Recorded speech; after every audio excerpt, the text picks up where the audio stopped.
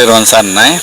අද සිරිසදහම් TV YouTube නාලිකාවේ භාෂිත වික්‍රමපාල පුතුණුවන්ගේ වැඩසටහන කතා කරන්න බලාපොරොත්තු වෙන්නේ බොහොම ආందోලනාත්මක මාතෘකාවක්.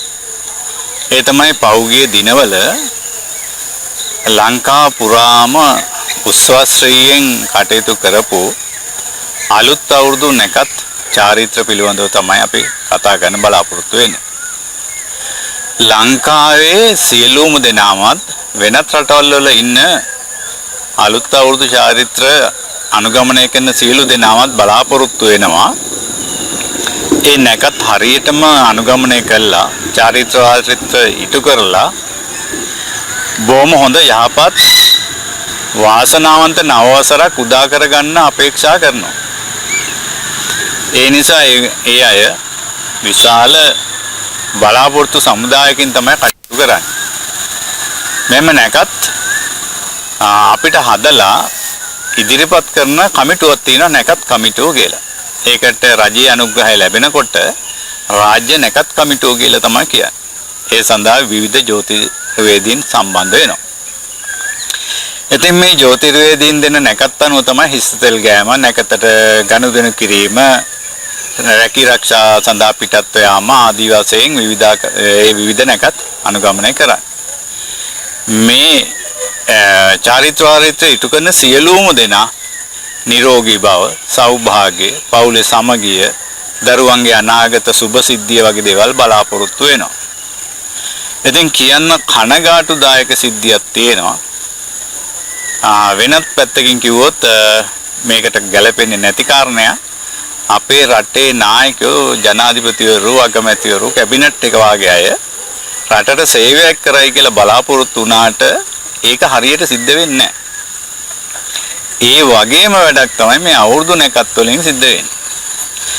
මේ නැකත් හදන අය කුමක් හෝ දුර්වලතාවයක් හේතු කොටගෙන මේ ඉදිරිපත් කරන නැකත් වලින් රටේ ජනතාවට යහපතක් වෙන්න ඕවා ඉතාම අඩුයි. 98%ක් 80ක් 75ක් 99ක් වගේම ජනතාවට අයහපත් ප්‍රතිඵල තමයි ගේන්නේ. උදාහරණයක් වශයෙන් අවුරුදු නැකත් සමරලා ඉතාම කෙටි කාලයකින් දළදා ප්‍රදර්ශනයත් බොහෝම අවුල්සාගත තත්ත්වයකට පත් වුණා. ඉතින් මේ නැකත් හදන අය නැකත් හැදීමේ ක්‍රමවේදය, ඉදිරිපත් කරන ක්‍රමවේදයේ බරපතල අඩුපාඩුකම් තිබෙනවා. දින සුද්ධිය, පංචාංග සුද්ධිය, එතකොට ග්‍රහ ඝට්ටන, එතකොට ග්‍රහ දෘෂ්ටි, ඒ වගේ දේවල් නොතකා හැරීමක් සිද්ධ කරනවා කියලා තමයි පේන්න තියෙන්නේ. ඊගාවට රවි චන්ද්‍ර කුජ බුධ ගුරු ශුක්‍ර ආදී වශයෙන් තියෙන හෝරා, පංචම කාල හෝරා ආදී පිළිබඳව සැලකිල්ලක් දක්වන බවක් ඒගොල්ලන්ගේ ශාස්ත්‍රය අනුව ක්‍රියාත්මක කරන බව පේන්නේ. ඉතින් මේ නැකත් ආරුද්ධ චාරිත්‍ර ගන්න හැම දිනාටම පාහේ අති විශාල වශයෙන් ගැටලු වලටම උණ පාන්න සිද්ධ වෙනවා. අනුගමනය කරපු සියලුම දෙනාට සමස්ත වර්ෂය පුරාවටම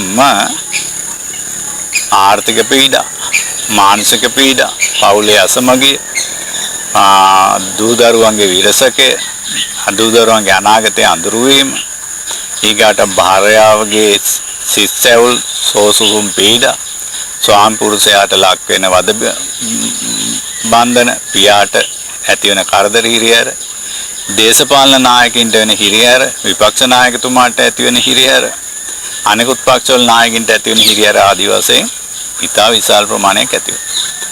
ඉතින් ඒක නිසා මේ අනුගමනය කරන ක්‍රමවේදයේ ඒ ජ්‍යොතිෂ සිද්ධාන්ත අනුව කටයුතු කරන බවක් නම් පේන්නේ නැහැ. ඉතින් මම හිතනවා මේ පිළිබඳව අධ්‍යයනය කළා මේ ඉදිරි මාස කිහිපය තුල තියෙන තත්ත්ව අධ්‍යයනය කළා අවුරුදු නැකත් වලින් රටට යහපතක් වෙන විදිහටද මේ නැකත් කමිටුවේ නැකත් ඉදිරිපත් කරලා තියෙන්නේ. එහෙම නැත්නම් ජනතාවට දුකෙන් දුකටපත් වෙන ක්‍රමයක්ද මේ ඉදිරිපත් කරලා තියෙන්නේ කියන එක පිළිබඳව අවධානයෙන් ඉන්න. මගේ පෞද්ගලික අදහස සහ විශ්වාසය තමයි මේ නැකත් කමිටුවේ නැකත් ජනතාවට හිතවත් නැති අහිතවත් ක්‍රමයකට තමයි මේ සැකසීලා තියෙන්නේ.